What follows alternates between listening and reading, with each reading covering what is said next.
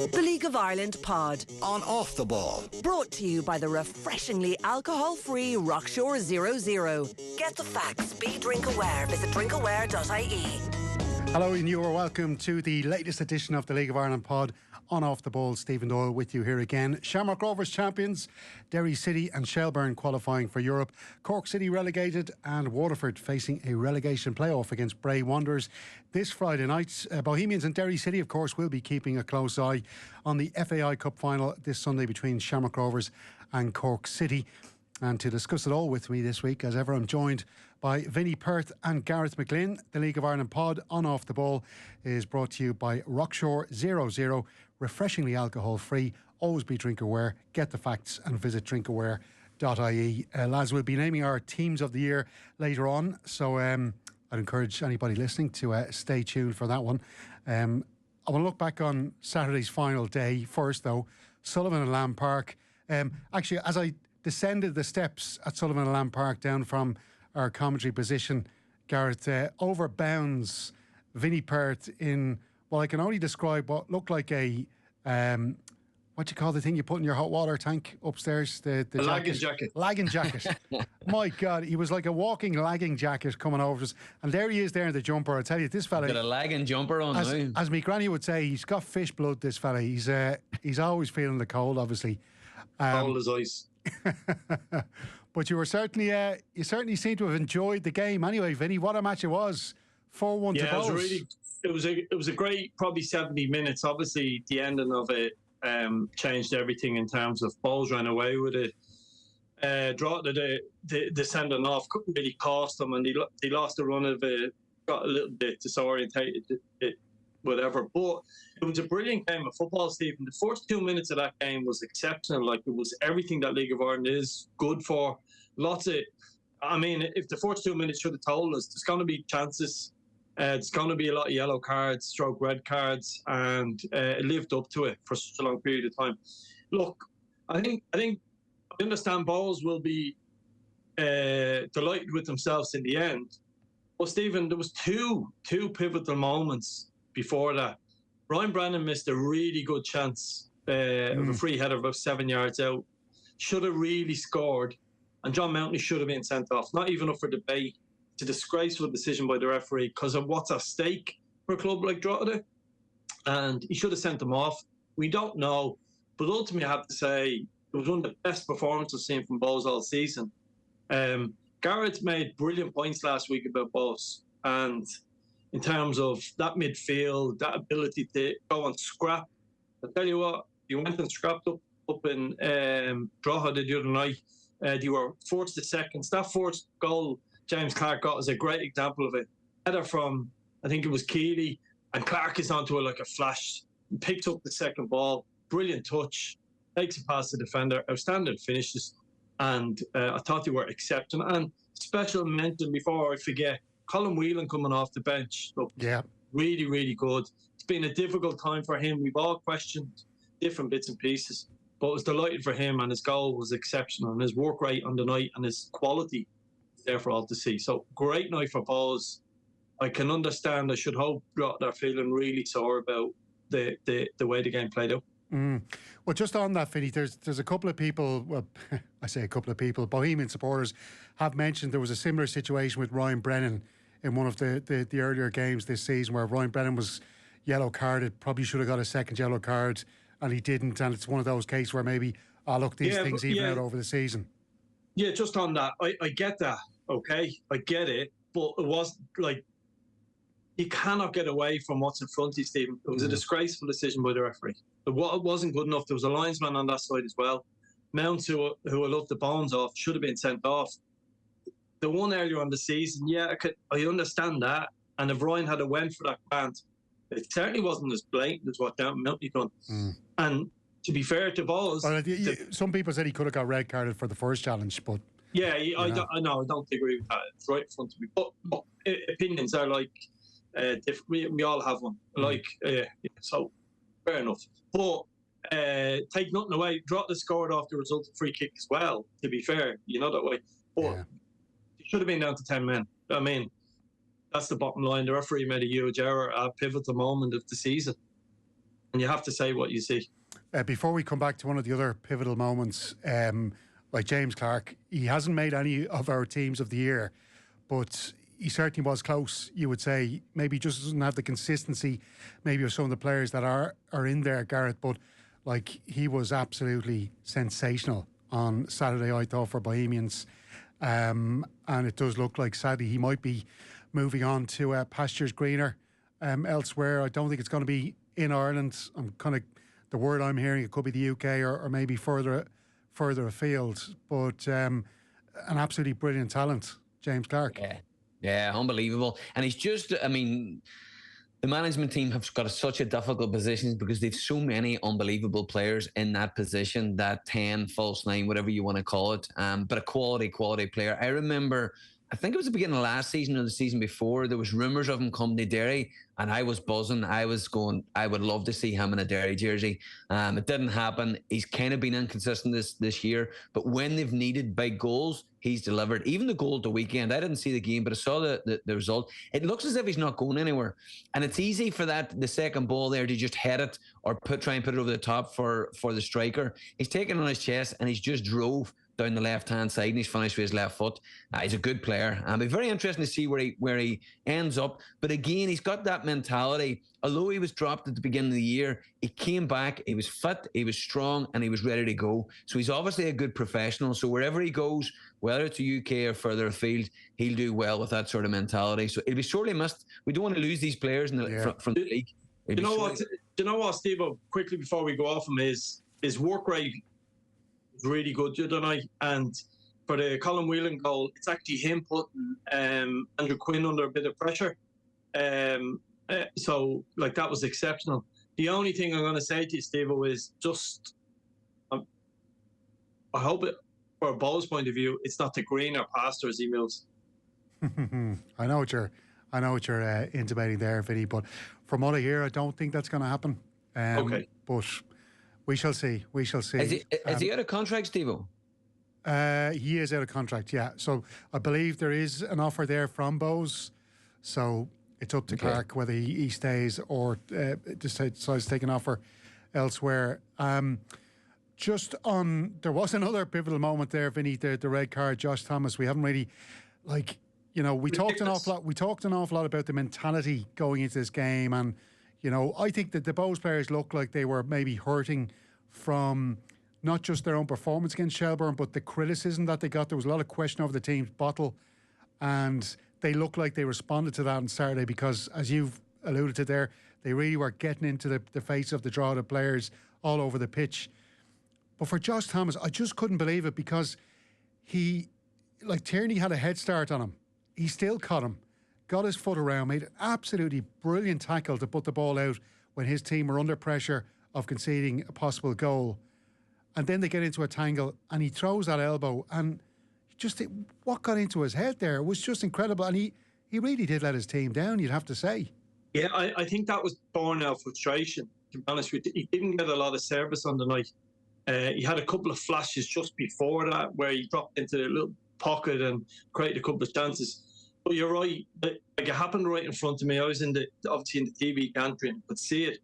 And the only thing, and Gareth will know what I mean by this, he catches Tierney, which is very good, wins the tackle. And Tierney falls on him. And when you fall on someone like that, Gareth, it's your chance to have, let's just say, a heavy knee or your elbow a little bit heavy. But that, I'm not 1 second suggesting that Tierney done that wrong. He done what 99.99% of footballers do. You lie in a fella a little bit heavy as Tierney fell onto him. But that reaction has cost his team dearly, and it was just crazy. Vinny, see that sort of dark arts that people talk about as well? That's the stuff that Alan Reynolds was a master at. Yeah. When he played. That's what's been missing in Bowes. That wee bit of ruthlessness to just do a little bit more, whether go and close someone down, will it be win the second ball, will it put your head in there, or will it be to leave a bit on someone? That's what I would probably say that Bowes are missing. And it's not just, and it's in the whole team, but a couple of players that basically instill that, because that's infectious, that stuff. That stuff, when somebody else does it or does the extra run or leaves a bit on someone, you're more inclined to go and do it yourself. Yeah, absolutely. Reynolds certainly left some on some of the Bohemian supporters after the game. Vinny, you were taken aback a bit maybe by the comments that he made. He was kind of saying that he basically kind of he referenced that some of the supporters will basically never warm to him, and he's kind of given up trying to win them over. He said it with a bit more colourful language. You can see it on the Off the Ball social media feeds if you haven't seen it already. What were your thoughts on that, Vinny? Yeah, I just don't understand what he's doing. He's pouring petrol on a fire that will burn early in next season, unless he hits the ground running. And look, I think ultimately him and the staff there have been very good in terms of the way they've turned the situation around. They were probably, who knows, but it felt like everybody else, they were 45 minutes from the sack. Maybe they weren't. To be fair to the Bows board, they are very measured in all of the decisions, so maybe he wasn't. But the way they turned around, they deserve huge credit. I've given Reynolds credit where it's due, but I just don't think they're voiceable comments for me. I accept there is some people who get very heated around that football club, absolutely. That's why he's paid to give his opinion. They also paid to give their opinion, whether you like it or not. They're entitled to season ticket holders or just buying a general admission ticket. That's just the name of the game. And I just don't agree with the choice of language and the manner in which he spoke. But he probably doesn't give a F-U-C-K about me either. So. Listen, we will come back to the game at Tolka in a moment. I want to have a look at the other games and the other teams, and let's have a look at the teams that were trying to avoid that relegation playoff. It is Waterford that end up there. Sligo Rovers beat the champions 2-1 at Tallinn. It was a much changed Shamrock Rovers team. They even had Max Kovalevskis in there, who has just scored as a couple of hours after we're recording here, a couple of hours later against Panama in the World Cup. So well done to Kovalevskis and to Michael Noonan as well, scoring that 4-1 win against Panama for Ireland at the Under-17 World Cup. But Sligo Rovers, like Gareth, were you surprised that it was them that did it so convincingly on the final day? Yeah, it was. I think we talked last week about how, to me, Sligo were better off when they haven't. They're real underdogs. They play with that freedom that John Russell has on playing, and they're more dangerous that way. Whereas home to Cork, I think it was the week before that, they just looked as if they were a rabbit in the headlights. They just didn't know what to do when the onus was on them to go and win the game, or they had more of the ball. They're better playing on the counter attack. We talk about styles all the time. That's their strength, and it has been over the last 2 or 3 years. But to go and win in Tala, I don't care whether it's a second string or a third string. Most of that second string for Shamrock Rovers will get into quite a lot of the teams in the League of Ireland. So unbelievable result. And to be honest with you, Sligo, I wouldn't worry about Sligo had they have finished in the playoff position, and I wouldn't worry about Galway. Waterford, it's going to be they should have enough, but it'll be very interesting. But Sligo deserved not to be in that second from bottom, to be honest with you. I think they've done enough throughout the season to convince me that they're a Premier Division team, and I'm hoping that they can kick on from this as well and finish a little bit more comfortable next year. Yeah, they haven't really wasted much time. It's a good sign, I suppose, from John Russell, and I'm sure the supporters will be happy, Vinny, that they're already offloading players. Meekson has been signed from Bohemians. John Mahon has gone. He's the big name that they've lost this week. So I'd imagine it looks like John Russell's trying to get his business done really early. So there's no messing around. He'd have his squad ready for pre-season, I suppose, early December, really. Yeah, the key is what he holds on to and what he doesn't hold on to, isn't it? It always is for Sligo. Like, what happens to young Elding? Just do people come in and chase a couple of their players like McManus? What happens there? Ryan O'Kane, I think Ryan's on loan, isn't he? If I'm not mistaken. Yeah. Jad Adiki, does he garner a bit of interest at the club and to let him go on loan? So, yeah, I mean, we don't know what Sligo are going to start next season, which team, in terms of who they will keep and who they'll sign. But look, they do really well at what they do. I expect them to have 3 or 4 players of probably some of loan signings in by the time the season starts, and that's a bit hit and miss. But they've got most of them decisions right over the last number of years, and you expect them to again. But a lot of big decisions for some of the players, as I said, Ryan O'Kane is a great example. Does he try and make that move permanent? Does he go back to Shells where he hasn't really featured, or does he look to go home to his, like, Ryan O'Kane's house is about, as the crow flies, about 500 yards from Oriel Park, like, you know. So does he want to do that again if they're going to be a Premier Division club? So there's a lot of decisions that a lot of them players have to make. So, but hopefully from Sligo's point of view, they hold on to enough of them. Yeah, I think McLean could be the key man, Gareth. Keep him, and because like their main issues at the start of this season was just they had injuries. The defenders they had there for centre back positions were too young, too inexperienced. A lot of potential, but just a lot of inexperience. And just having McLean there and building that defence around him, that's going to be the key, I think, for John Russell next season.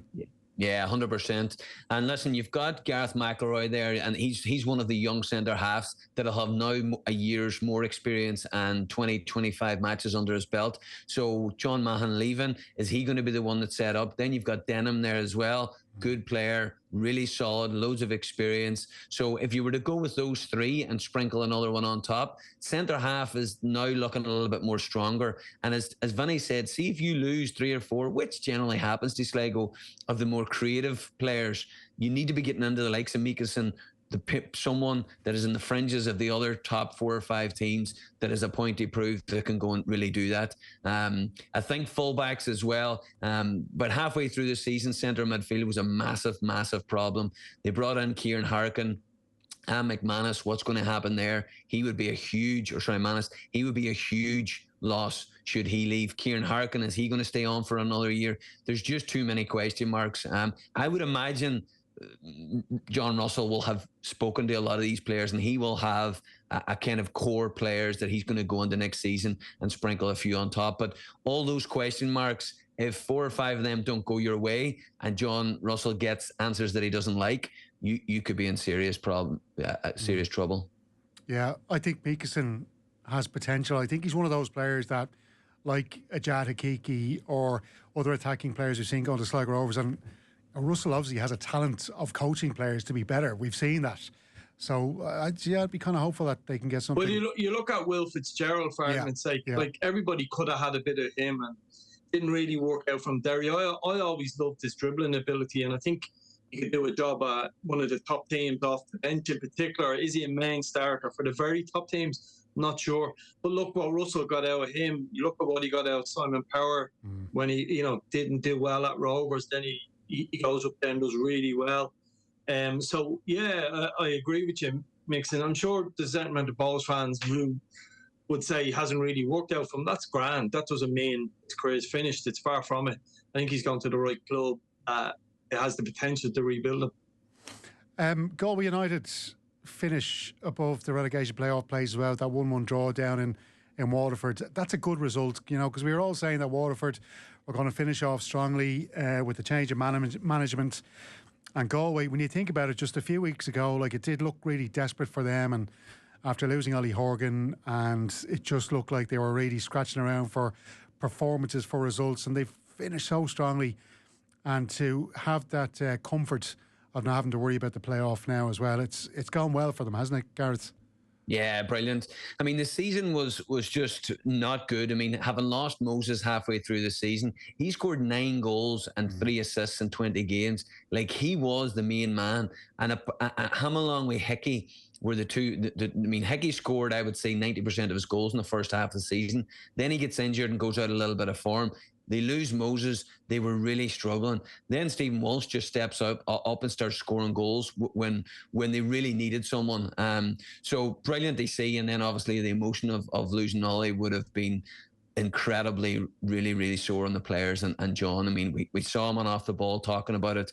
I mean, he was class last night, wasn't he? In terms brilliant. of really good. He's somebody you just have a real warmth to it, wouldn't you? In terms of just came across class last night on Off the Ball. I have to say, he was really good. Yeah, and again, Galway were lucky that he was the man that was able to kind of soldier that responsibility of talking to Ollie, going and visiting them, and then relaying that to the players to be able to manage that period and get them out of the playoff position. All credit to them. But you talk about experience, don't you, Gareth, in terms of them moments? Like you think of Killian Bruder, Buckley, Jimmy Cowan. Like you've got a little bit of it there. Horgan is there, and then when your manager is experienced as John, you could just tell that's what we all wanted him to get over the line because it was so difficult of a season. What happened to Ollie? That you just hope now they can clear the decks in the sense of their minds and refocus. They'll always remember Ollie, obviously. The point I'm making is the football one is they can go against and start next season because, you know, they've been exciting to watch for the last 2 years in a different way, but they've certainly challenged a lot of teams that have gone down, particularly down to DC Park.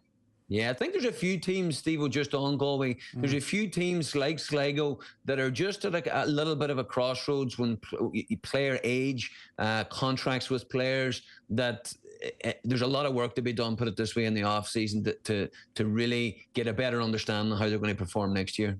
Yeah, well, Brendan Clark is out the door, Galway United. Saw it. An absolute legend of League of Ireland. Sure, like, what a career he's out had. to get bus pass for Jesus' sake. I think Clarky would get free travel down to Galway. No, but he's had an amazing career. I hope he's not finished. And he's had an amazing career. He's always, like, his distribution, his kicking as well is probably what he's underrated for. But yeah, he's had a really good career so far, and he's a big part of Galway staying up, to be fair to him. You wouldn't take it to look at John Caulfield. He's 61. Is he going to stick around with Galway United? Do you think he fancies another season? Yeah. Yeah, I'd like to. I think we need him in the league. I think we need all the best managers. I would hate to see him leave. Yeah. Or I'd love to see him at Galway next year and give it. Only a few of us that can win a league, Gareth, like John and yourself. Yeah. We'll look at that Waterford Bray Wanderers playoff in a moment. I suppose when you look across the Premier Division, a lot of people saying that the big story is St. Pat's. Like, they played that last game against Shelburne. Like, Shelburne, you know, we might talk a bit more about them on the last show next week because they will have European games as well to look forward to. And we'll be looking back on the FAI Cup final. What Joey O'Brien has done with Shelburne, when you think about where they were when Damien Duff left, it was looking really, really bad for Shelburne. And I don't think anybody at that stage would have predicted that they'd be finishing third and even contesting for second place in the final week.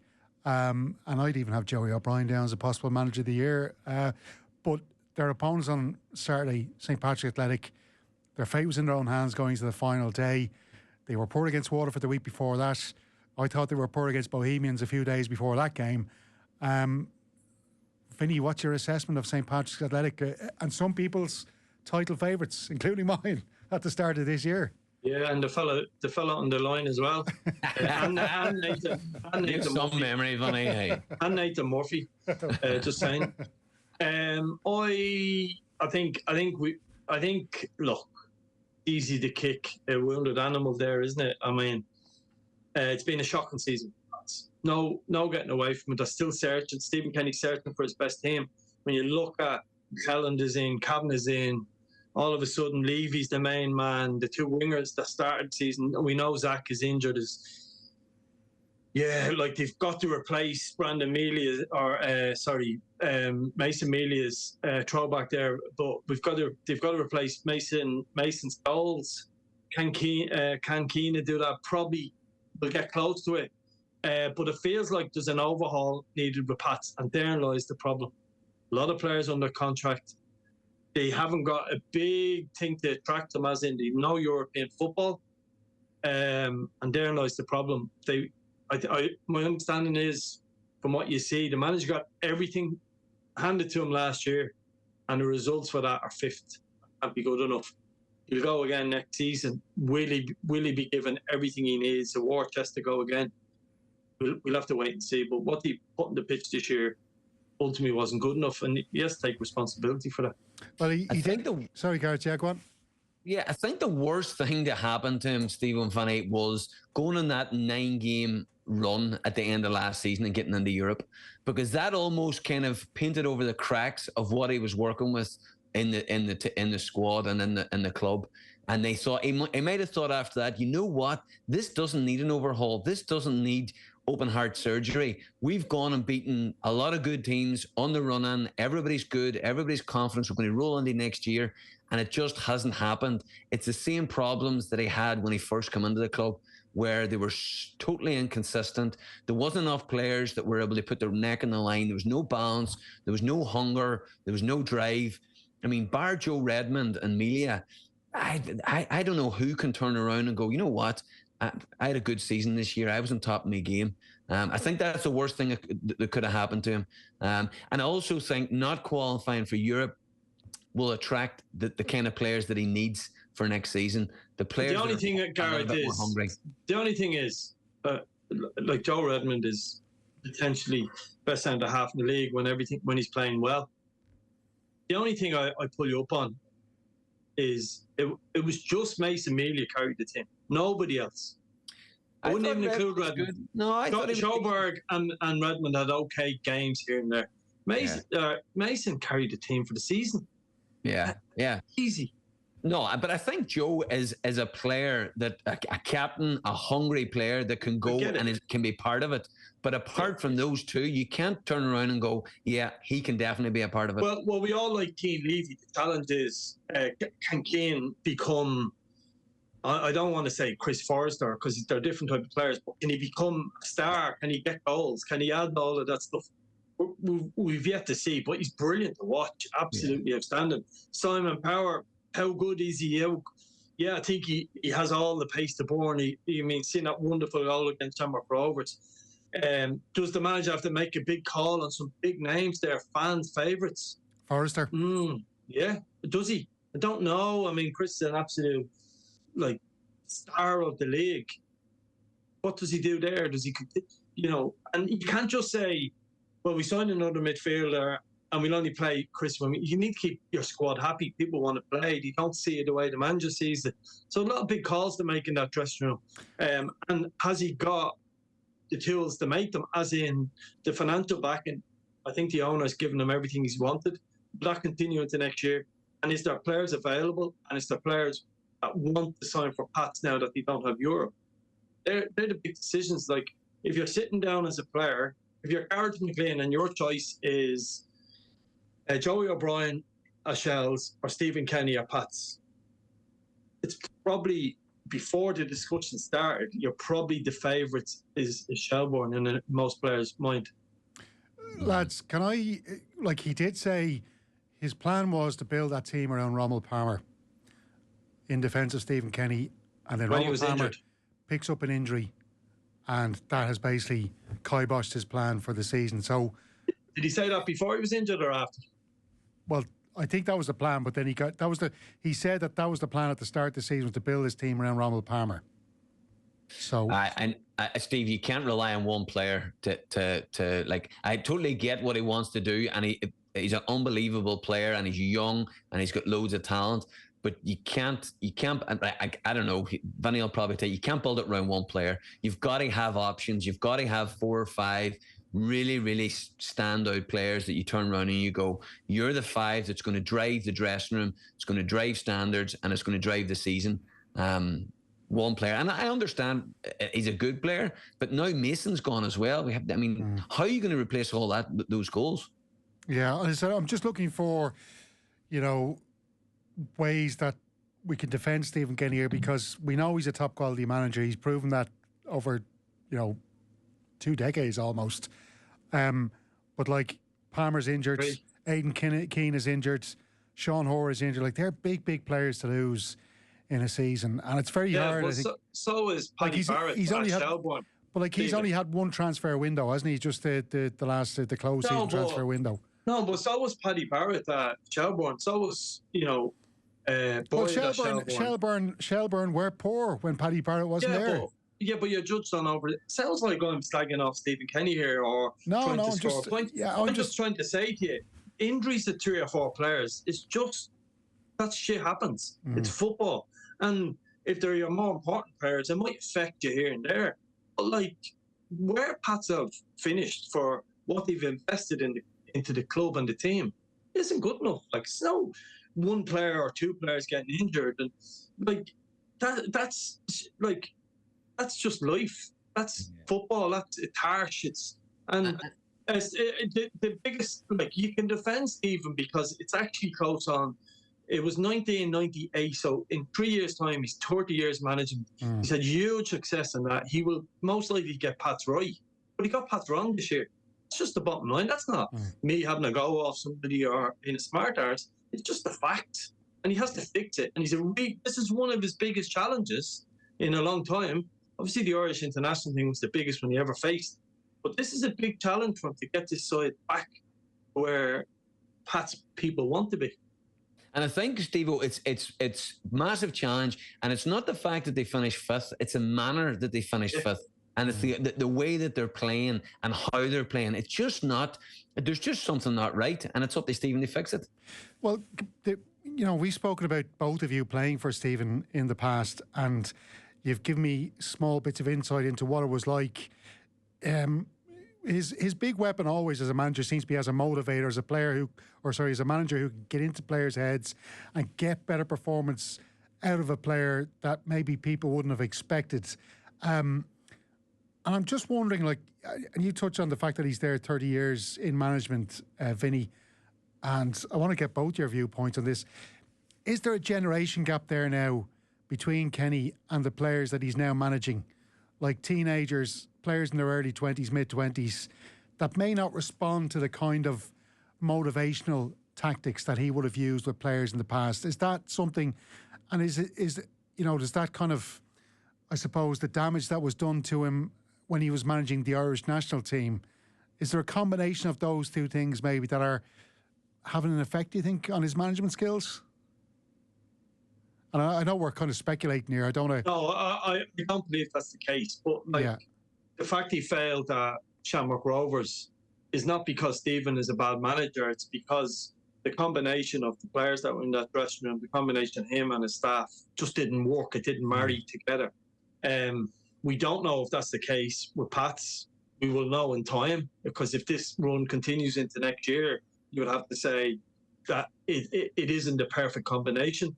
So the answer to that is not. I'm not sitting on the fence, Steve. But I'm saying, Stephen is a brilliant manager with the right people around him. One, on his staff, and two, I touched on this something separately today. His staff. We're not going to get into the international debate, but he didn't get staff right. That's just the bottom line. That's just the truth. Him and Damien, two unbelievable characters in Irish football, aren't going to work out together. The dogs in the street knew that, or if anyone that knew the two of them.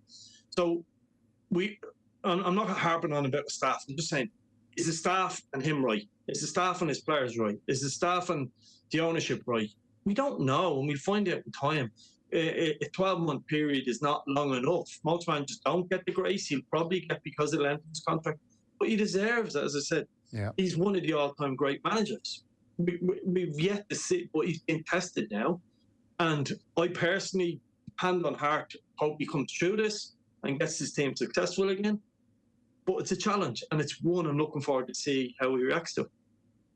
Yeah, absolutely.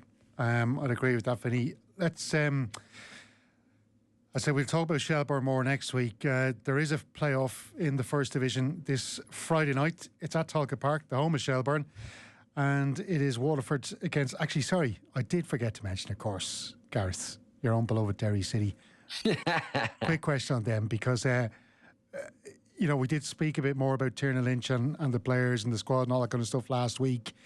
From what you've seen there now, and you do expect there's going to be a lot of turnover in that squad in the closed season, can Tiernan Lynch put up a big challenge to the champions, Stephen Bradley, next season?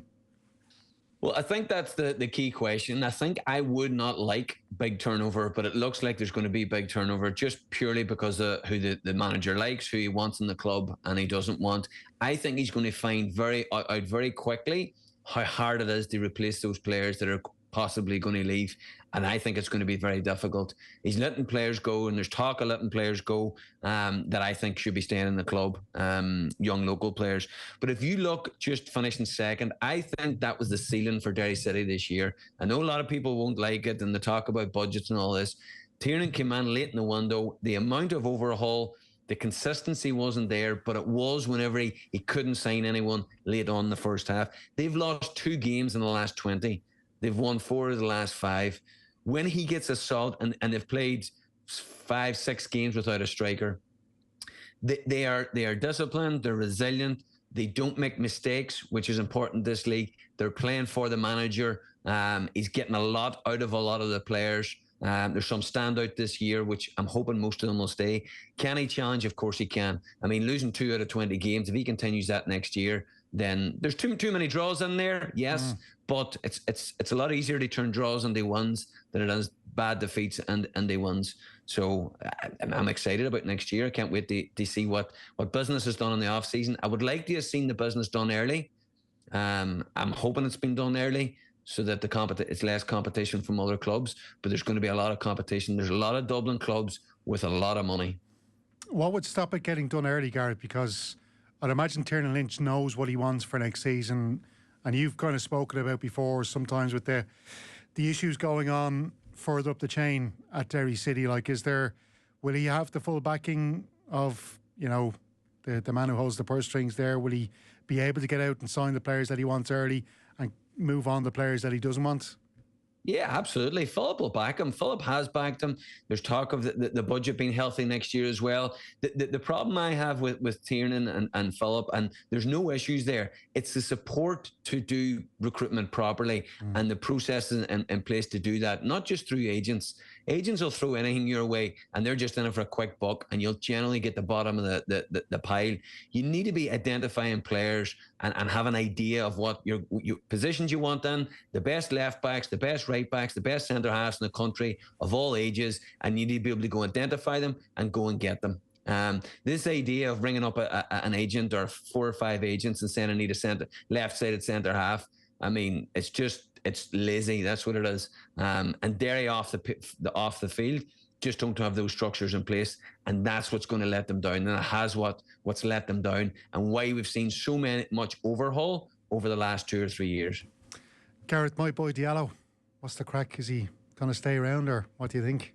God knows. I pray to God he does, because he's been a massive influence in the team. And I tell you what, this year he's flying fit as well, scoring goals. He was absolutely brilliant against Shamrock Rovers. I don't know, is the honest. I know there's a few teams sniffing around them, but I hope he stays. Vinny, they have finished so strongly this season, Derry City. It's been a brilliant end to the season for them, finishing second place. If they can continue that form, and I know St. Pat's finished the season strongly last season. We all thought they'd win the title, and it didn't happen.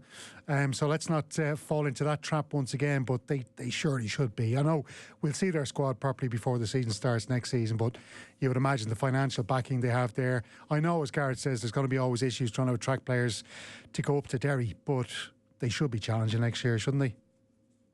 It all depends on the recruitment. I mean, when you look at people, whether they can hold on to certain people in key areas is the thing. I mean, they've been really, really good of late. They found a way of playing. It's a sort of a solid enough back five. Fleming giving them a bit of attacking threat from that sort of left-hand side. He's been an exceptional signing. Duffy, with the freedom of the park, has been brilliant. I didn't see that. I thought I would have preferred him to play left wing, but that freedom he has, he seems to really enjoying it as he's getting that little bit older. Gareth touched on they probably need a centre forward. The challenge is if they put a centre forward into the way they're playing, then they're a little bit more open behind them. And the key is, can they hold on to Adam O'Reilly? Has just been okay this year, but he gives them huge legs. Diallo is really important. So them people are really important to their group.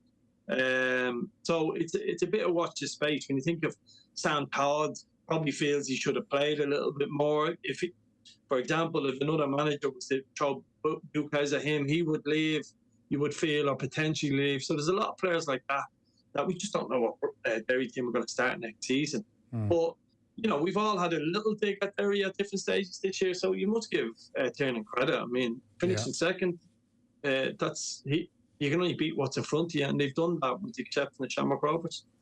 Actually, Gareth, is there any update on the pitch? Do you know, has there been any update on I know there's issues going on there with the council and everything, and you've also got another club involved there. So, Yeah, I don't want to say too much, but I think the pitch will be it'll be changed next year at some stage. Oh wow. Okay, so we could have a grass surface, but that'll be during the League of Ireland season. You think that could happen, or we don't know? I think that's what the club are trying to work out with the council at the minute when it actually happens. There might be time they're going to have to play away from the Brandy, which again can impact it as well. The season in general.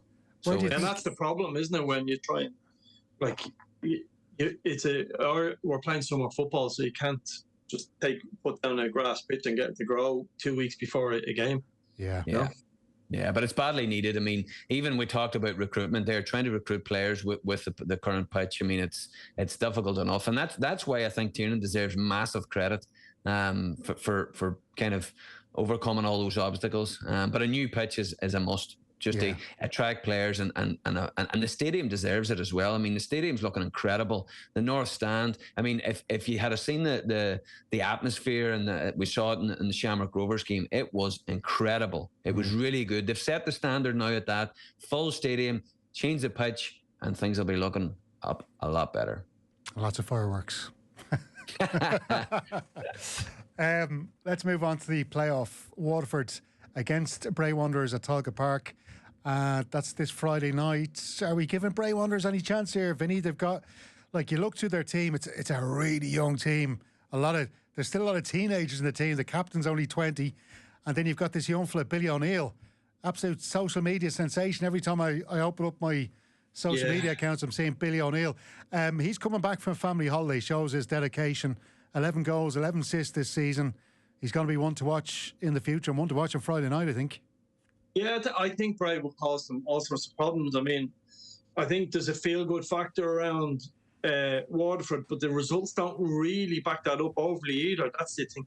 Look, Waterford have a lot of good players. We know they've got Podge in terms of leading goal scorer and that, but they've Noonan, Leahy's in there. They've got a bit of experience. Tom Lonergan has done well for them at different stages. So Waterford are red hot favourites. Would it shock any of us if, Bray got a result? I don't think so. Bray are an exciting young team. They picked up a lot of those sort of players. Their level of the advantage of being so close to Dublin means that there's a certain amount of players that are just under the radar, just couldn't break into teams. You've got a lot of them and they're young to set up. And they probably all need to be 7, 8, 9, 10 out of 10 on the night for them to get results. It would be a shock, but at the same time, I could see Bray will push Waterford all the way. I just think Waterford too much about them in terms of the squad they have. Yeah, I know you were a bit kind of concerned about Waterford for a couple of weeks. Gareth, would you be still feeling like that? Yeah, I am. I thought out of the three of them, Galway and Sligo, I thought Waterford were the club that if they drop out of the Premier League, that was the one that you didn't want in the playoff position. They're there now. They're going to have to deal with it. Lawler, as Vinny said, Lawler got some good results initially, but a bit like Stephen and Pat's, then the underlying current or the underbelly just came to the fore again, and they just started picking up a lot of average results. Whereas Bray, young, fearless, energy, commitment. I mean, this is literally a free hit for them. And I don't know much about Bray. I don't watch them a lot, but are they ready off the pitch to step up to Premier Division? Would they add to the Premier Division? Are they ready for revenue streams to increase the squad? Have they got the finances? This will all come to the fore should they be successful against Waterford. But Waterford on paper should have far too much for them. And the experience of Waterford with those sort of players that Vinny mentioned, it should be too much. Would you have known Paul Heffernan at all, Vinny? Would you have come across him over the years managing Bray? No, not really. I mean, just small bits and pieces. And obviously, me and you done their game in the playoff game last year. If you remember, they were actually lucky at times in that playoff game. Very impressed by them last year, actually, I thought. Yeah, a couple of things went against them. And so look, it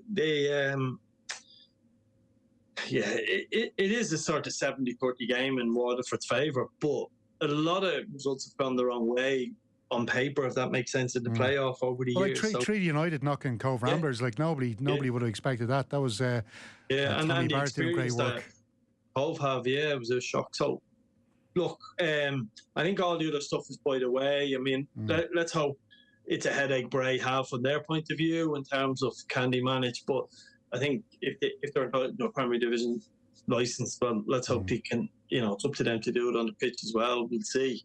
But it feels like water for their head. I think it's set up the way Waterford play and the way it looks like Bray play. It looks like there'll be goals out of the book. Yeah. Give it a rattle. Like it's not going to be a 1-0 either way. I don't think. Yeah, it's it'd be disappointing if we lost both Munster sides in the Premier Division. Maybe not for Derry City or their supporters. Exactly, they'll trip to Waterford. Indeed. We'll not miss that one. Lads, the FAI Cup final on Sunday.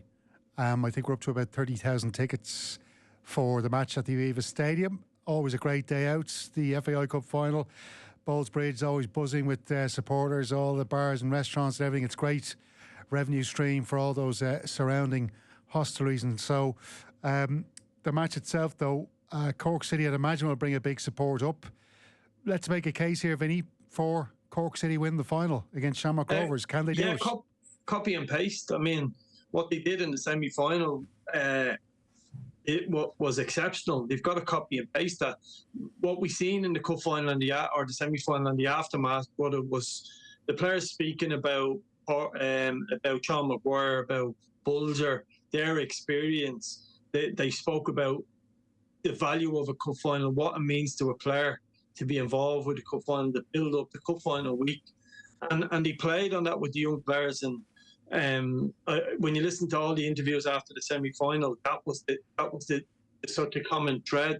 So they've got to get the very best out of themselves. They're up against the juggernaut that is Rovers. Yes, they're out of form, but I mean, I think the importance of the first goal from Cork point of view this week is absolutely massive. I think if they went behind in the game, you'd fear for them. Because they're not on a good run of form. They have been relegated. I think the first goal is like all cup finals, but more importantly, when a team is like Cork is being relegated, if they were to get that and something to hang on to, well, then we've got an interesting one. I think if Rovers get it, it could get a little bit ugly at times. I think Rovers have to pick between their teeth for the cup. But there's a health warning that their form in the league hasn't been very good.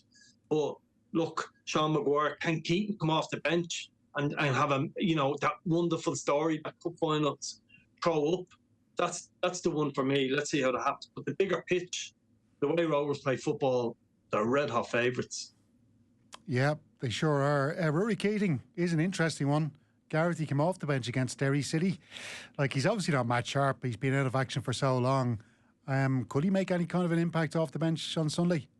Absolutely. And I tell you what, it'll give the dressing room a lift, the fact that he's even there, because I watched Cork at the beginning of the year under Tim, and everything, and I mean everything, went through Rory Keating. It was throw-ins, goal kicks, flick-ons. He was so important to them. So having lost him and a couple of other players, Cahill O'Sullivan, to basically go through the cup and get them into the final, it's an unbelievable achievement. I just think and discipline and mistakes will be at a premium. If you think about just the game past there, Cork's last league game, the goal that they conceded against Derry, Winchester had the freedom in the centre of the pitch. They lift up his head, pick a pass over the centre half, and Michael Duffy just headed in.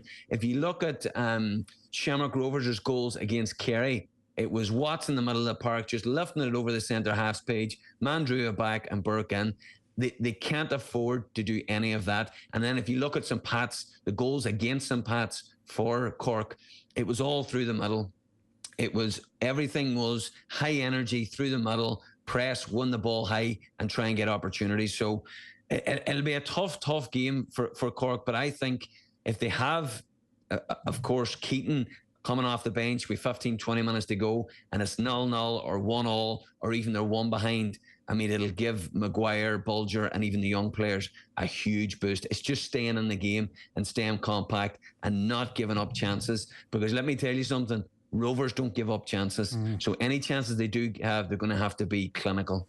Can I mention another man who I think could be important in this game, Vinny? A man with cup final experience who maybe is being overlooked when you speak about the likes of Bulger and Seanie Maguire. Rory Feely. Played in the cup final for Bohemians, took St. Pat's to extra time and penalties. He went over to England and then came back to play for Cork City. Like, I've seen him a few times for Cork City this season. He's looked good. He looks like a player with centre-back experience that is helping the players around him. Do you think he could, I suppose, Joseph, actually, here's my point, I suppose, in general, is that speaking to a couple of former players during the week in the build-up to this cup final, they're kind of saying, well, the wide open spaces could kill Cork City. That's going to be the big issue for them, the size of the pitch. So I'd imagine a player like Rory Feely is going to be very important in helping to communicate with the rest of the defenders to kind of get them in position to make sure they're not kind of stepping out or whatever the case may be. Yeah, I think so. I think having that experience of being in the place, and I spoke about experience in the semi-final with them other lads, but Feely has been there on the big day, and sometimes like it's a lazy enough way of putting it to you, because I think we've heard it before, but you can lose a cup final off the pitch before you even walk onto it. You've got to play the game, not the occasion. The occasion is brilliant for your family. Winning a cup in one way is better than winning a league in terms of the day, your family are all there, the national stadium, all of that stuff. So it is important that players like Feely show their experience in that. And I was at a Grey Cup final years ago. Bray were in it, and all the Finn Harps fellas turned up with their hair bleached blonde. People do stupid things around cup finals, and that's where the experience kicked in. So that's important. But you're right to point out the big pitch. Feely will be a help from set pieces as well. Rovers are very, very strong set pieces and building that. But the way Rovers play and they probe and probe and probe, that's where the experience of someone like Feely will kick in. And are they switched on the defenders beside them? And someone doesn't switch off, or a little run by Gaffney down the side, or a Bork coming from late run. And they're all the little wins they've got to do before they can even think about winning the game. So there's lots of little minute things going to happen before the game and then in the game. And they're two separate things, but they're both equally important. So the experience of Feely is huge. And I think, Steve, just to mention on the pitch side of things, that's what we were talking about last year when I was at the cup final about Drogheda. The pitch will be too big for them. Marky Kent hasn't got the legs to get up and down. I honestly don't think so. It'll come down to the basics, especially Cork, doing the basics way, way better than Shamrock Rovers, or doing the basics way better than they have been in the league. And that's just closing people down, getting close to people, because we know the talent that Shamrock Rovers have, especially in the forward positions. So if they can stop crosses, they can get the second balls, they can outrun Shamrock Rovers like they did the Pats in the first, in the semi-final, and then take your chances. There's no reason why they can't get the first goal, and then we'll have a real final. Yeah, what's the way? Like, it's mad, isn't it, when you think about it? Jared Nash into his first, job in League of Ireland football, first senior management job, and he's there with David Moyer as well as his assistant to, very what's the word I'm looking for? Very capable football coaches, and David Moyer, I'm sure, has added a huge amount being on his staff there as well. So how do they approach it, Vinny? Like, how do they set the team up for this game on Sunday? I think ultimately Cork have to be pragmatic to a point. They've got to win moments. They've got to win spells. Like, they've got to get through that first 15 minutes. I said to you, I think if Rovers got the first goal, you'd fear for them getting overrun. So it's all little moments. It's all little bits and pieces. The players will know Shamrock Rovers inside out. There's not a lot more you can do in that sense in terms of video analysis and all of that bits and pieces.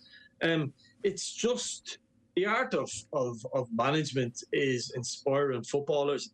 That's the challenge. All the tactical stuff you can try, whether that's five at the back or shutting down Rovers. Gareth's right. I'm not dismissing the point about pressing people. Is can they inspire a group of men to go and get a result against all the odds? That's the challenge. It's not just their challenge. It's why the senior players will play a part in the performance of the younger players. They've just got to play above and beyond their levels and hope Rovers come down one or two. And then who knows, like, it's the magic of the cup. So that's the biggest challenge for them. I think if you start going down, you need to do this tactically and that tactically. I think they've got to do a bit of that, but that's not the most important thing, believe it or not. I think it's about inspiring this group to go on to something special. And I think, Vinny and Steve, you'll agree, like, Jared Nash, when he first came in, he was kind of more focused on the tactical stuff, splitting the fullback, splitting the centre halves, getting the six, playing through the six. He's kind of evolved into more pragmatic. I mean, if you look at the goals against Pats, all through the middle, and not like patterns of play. It was all just mistakes from Pats a little bit, but also a decent ball from centre half through to Shawnee. So that's what they need to do, and they need to have serious discipline when they're doing that, and just cut out the mistakes that have cost them. 1987, Shamrock Rovers did the double.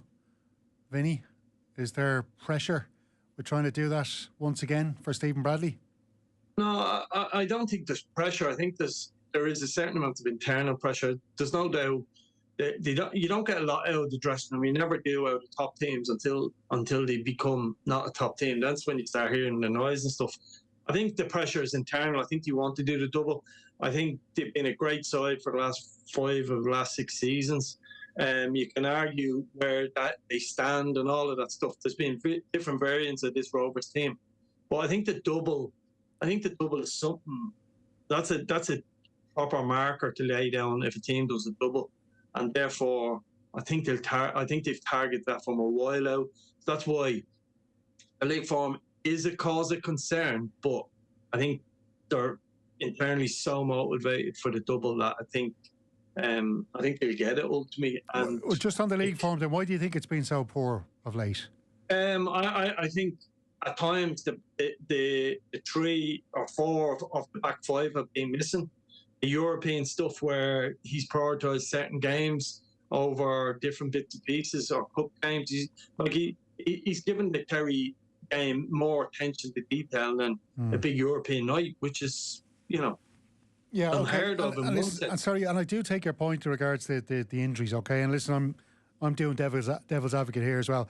But like we're always told that this Shamrock Rovers squad, there's another team sitting on the bench just as good as the starting team. So why have they struggled then if they've got those injuries? So sorry, that's the elephant in the room. I get that. I'm telling you why they have. I also think they've got huge questions in terms of they've got to bring in new players to kick on again next season. Because if they just stand still, standing still with the squad they have, it ain't good enough. Because they've lost 6-7 games of football this year within the league. Generally, that shouldn't be enough to get over the line or be very close to.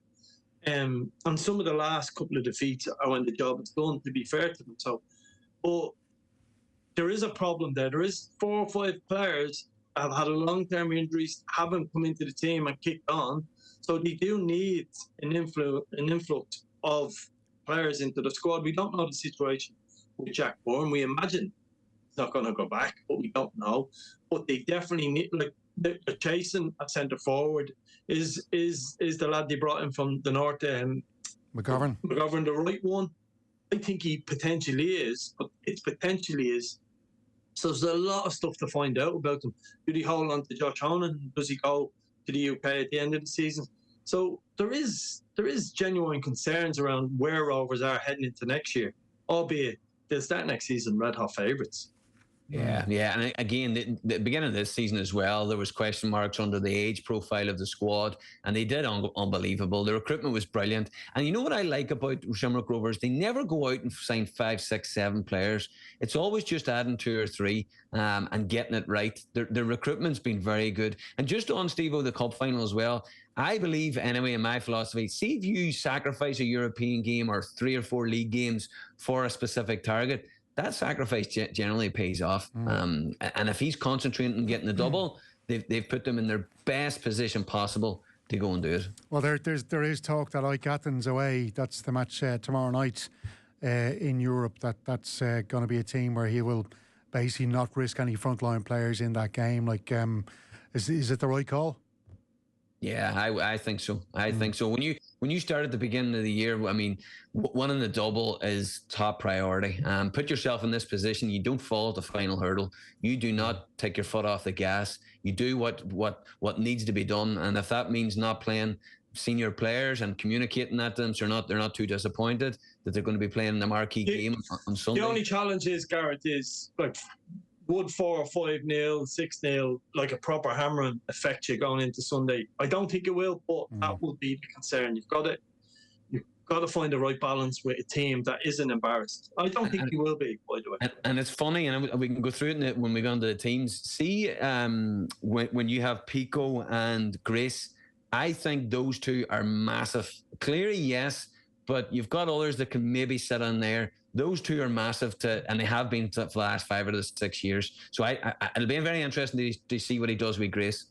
Yeah, interestingly, Lee Grace, Roberto Lopez, Ronan's gone, obviously. Graham Burke, 3 players, I think, still surviving from that starting team in the FAI Cup final in 2019. So a lot of experience there as well in winning cup finals, winning big prizes. You just bring up 2019 Cup final every single week. Every week. I'm looking at me runners-up medal from it there. Let's see. What kind of team did Vinny pick here? Yeah, it's Pat Hoop, Michael Duffy, Jamie McGrath, Sean Gannon, Sean Murray, Robbie Benson, Dane Massey, Brian Garrett and Danny. What a team that was for Dundalk. How did they get beaten in that cup final? That one, Vinny? That's unbelievable. They only won 4 to 5 trophies, sure. That's all. That's a shocking managerial performance on the day, it must be said. Georgie Kelly on the bench, how could you do it? I actually saw Georgie in St. Stephen Green Shopping Centre there last week. Asked him was there any chance he'd come back to Fisborough, but he just laughed at me, probably going, what are you talking about? Free contract signed for Derry. I'm looking forward to the cup final. I always look forward to the cup final, lads. Unfortunately, I'm going to be in Manchester with Brian Kerr on Sunday, so I won't get to be there. But listen, best luck to the two teams. It's always a great occasion, and it really is the blue ribbon event of Irish club football. Lads, let's finish this very long podcast that we've had today with our teams of the year. And I've got the 2 teams of the year here. I've got the advantage where I've seen both your teams, and you guys haven't seen mine. And I think there'll be 1 or 2 little shocks in my team. We'll see if you laugh, cry or hurl. Let's look at Vinny's team first. So, Vinny's team of the year for the Premier Division season. He's got Luke Dennison in goal. Yeah. We've got a back 4 of Danny Grant on the right. Sorry, is it a back 4? Yeah. Josh Honahan on the left. And then you've got Lopez and Keeley, centre backs. I like old school Vinny. He's gone with the right back number 2, left back number 3. That's the way it should be. Lopez and Keeley. So it's 3/4 of the Shamrock Rovers defence there. And Conor Keeley, obviously, of Drogheda United, along with his club mate Luke Dennison in goal. We've got Kerr McEnroy in midfield with Dawson Devoy and Graham Burke. And then a front 3 of Porrick Ammons, Mason Melia and Mikey Duffy. Yeah, so can I just say, there's a couple of things real quick. Spiel for Charles hasn't been there long enough, but there's about 3 keepers that could argue. Bow's goalkeeper, St. Pat's goalkeeper, Charles keeper in particular, and Mar at Derry's finished the season really well. The goalkeeper one is a difficult one. I tell you what, leaving Harry Wood out broke me absolute heart. Leaving Harry Wood out. Shocking decision, lads. Shocking decision. But like, some of us have to manage. I have a few trophies here, Steve-O. Gareth has none, so I can stand over. You've lost your touch, lad. You've lost your touch. I think the most interesting pick you've got there, because you've obviously gone for Mason Melia. He wasn't in the PFAI team. I think a lot of people thought that was a strange call. Danny Grant in a right back. Yeah, so who's the best right back? You think of the PFAI team. So where would you, like, Paddy Barrett isn't a right back. He didn't play at the first start of the season. Bang has done really well for Chelsea. Again, only poor enough for Cork and only came in. Poor enough for Cork. Yeah. It was Cork's best player. Yeah, and I tell you what, it's funny when you start this, right? See right backs and right midfielders in the league at the minute. I was struggling big time. Like, the competition. The lad to be fair, Norwich has done really well at Shells. On the other side, but you could have had Lamb in there. I think Lamb has been excellent for Drogheda as a wing back, excellent. But Danny Grant has had a great season. Stephen doesn't want to admit it because where he signed from. Danny Grant has been absolutely outstanding as a wing back. Yeah, he's impressed me. Yeah. But he's been really good this season. He has been really good. I would not argue with that choice, or it's not my choice now, but I think it's a good call. Absolutely, I'd agree with you there. Gareth, your team, Luke Dennison in goal.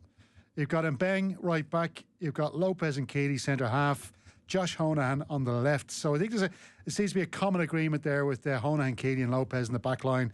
You've gone and Beng right back. Then the central midfield, you've got Kerr McInroy, Dawson Devoy, and then up you've got a three-pronged attack with Graham Burke, Harry Wood and Michael Duffy. So you've gone with Harry Wood instead of 4-2-3-1. Oh, sorry. You've got Pádraig Amon up there, of course. So you've left out Mason Melia and you've gone with Harry Wood to accommodate that Burke and Duffy as well with Amon up front. So Harry Wood instead of Mason Melia. Yeah, Harry Wood, Mason Melia. That was I was actually going to put Melia and for Burke. That was the big toying cost I was going for. But there was a load of toying costs. I mean, Healy, Winchester, Tierney. There could have been quite a few in there. But the balance is much better. And I reckon my balance beats Vinny's team every day of the week. Well, can I just shock you here? Here's my team. And of course, I never played football at a professional level. I never managed at a professional level. So who cares, really? But anyway, I'm going for Dennison in goal as well. I agree with Gareth on the right back. I'm going with Mbeng. I think he's a super player. Lopez, Keely and Honahan. We all agreed there. I've gone with McInroy in midfield and Dawson Devoy. But in with that midfield, I'm going with a 4-1-2-3 formation here, okay? In with McInroy and Devoy, I've got Jack Byrne. And then ahead of Jack Byrne and Devoy, I've got Amond, Melia and Duffy. Lads, how if the you've hell? got Jack Byrne and you've got to have Moses. You got to have Moses in there. No, hang on a second. How many games did Jack Byrne play this season? His ratio is very good, assist and all that. No. I'm not even talking about that. 21 games he played in this season. That's well over half a season. And Moses played 20 and he scored 9 goals and 2 assists. Well, listen, okay, that's fair enough. But listen, Galway United finished in 7th position. Shamrock Rovers wouldn't have won this title without Jack Byrne. Honestly, listen, he was while he was there, he was influential. But nah, I'm not having that. That was like the Shell swinger last year. No, lads, come on now, Vinny, you look really angry. I'm surprised at you as well, Stephen.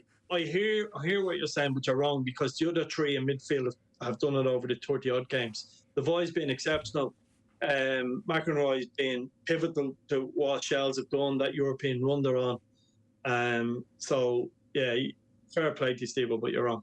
This fella, and he was absolutely sensational. But Jack Byrne's best player in the league. That's a separate argument. We're talking about over the season. In that midfield, those players had a better season. Team of the year, Stephen, have had a better year. You could say I've left Graham Burke out. You've both went. Graham Burke being excellent. Well, I don't know. Has he been as consistent? Yeah. And my debate was Burke or Harry Wood into that position as well. Yeah. And that's a challenge. I mean, you go back a few years and you almost knew who the player of the year was. Now it's a huge argument around, Duffy.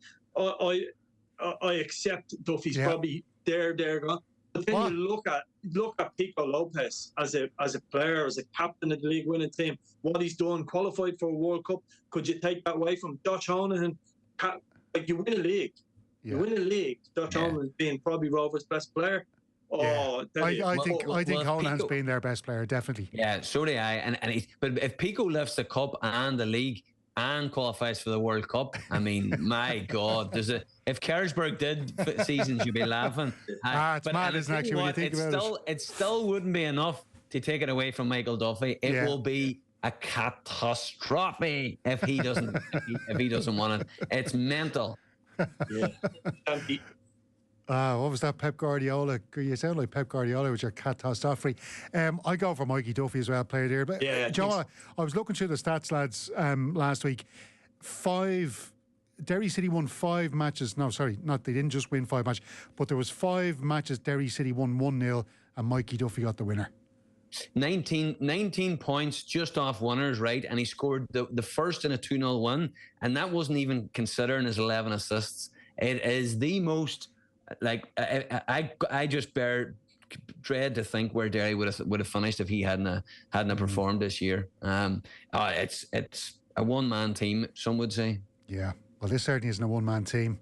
And I hope we'll have the two of you with us next year, lads. Unless Mikey Duffy wants to come on, Gareth. If you get Mikey Duffy on, might be able to. Finney's doing an awful lot of other stuff. He's on TV and all that kind of stuff. He doesn't need us anymore, does he?